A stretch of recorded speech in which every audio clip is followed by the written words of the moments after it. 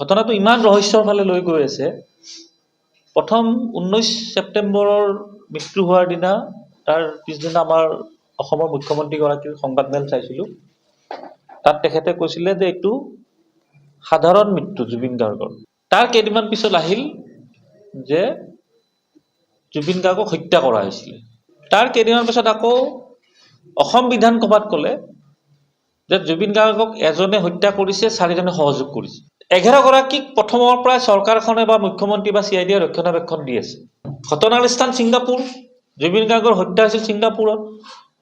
অসম চৰকাৰে CID হওক বা মুখ্যমন্ত্ৰীক প্ৰতিটো কথা জনাই থাকিব লাগিছিলে ছিংগাপুৰ আৰক্ষীক, কাৰণ তদন্তটো তাতেই চলি আছে।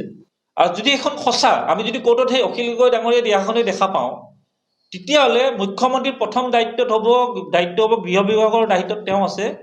প্ৰথম CIDৰ কোন মানুহে, কোন বিষয়াই এই কপিটো অখিল গগৈলৈ পঠিয়াইছে, কাৰোবাৰ জৰিয়তে পঠাইছে। অখিল গগৈ ঘৰত টাইপ কৰি বনাইছে নেকি এইখন? এইখনতো টাইপ কৰি নিশ্চয় বনোৱা নাই। অখিল গগৈ এইখন কোনোবা চৰকাৰী বিষয়ৰ পৰাই পাইছে বা কাৰোবাৰ জৰিয়তে পাইছে। যি ধৰণে অখিল গগৈৰ ওপৰত গোচৰ হৈছে, সেই ধৰণে CID আৰু SITৰ প্ৰত্যেকগৰাকী বিষয়ৰ ওপৰত মুখ্যমন্ত্ৰীয়ে তদন্ত কৰাৰ ব্যৱস্থা কৰক। আমি এতিয়া প্ৰত্যেক জিলাই আমাৰ যিবোৰ সমৰ্থক আছে বা আমাৰ যিবোৰ দলৰ কৰ্মী আছে বা আমাৰ যিবোৰ শুভাকাংক্ষী আছে, সকলোকে আমি খবৰ দিছোঁ ইতিমধ্যে যে আজি আমি এখন সাধাৰণ ফৰ্ম এখন আমি মোৰ পেজতে মই দি দিম। আৰু সেই ফৰ্মখন ডাউনলোড কৰি যিসকলে এই ন্যায় যাত্ৰাত অংশ ল'ব বিচাৰে সেইসকলৰ স্বাক্ষৰ সহ আমি ছিংগাপুৰ আৰক্ষীলৈ এই মাহৰ ভিতৰতে এখন আবেদন প্ৰেৰণ কৰিম।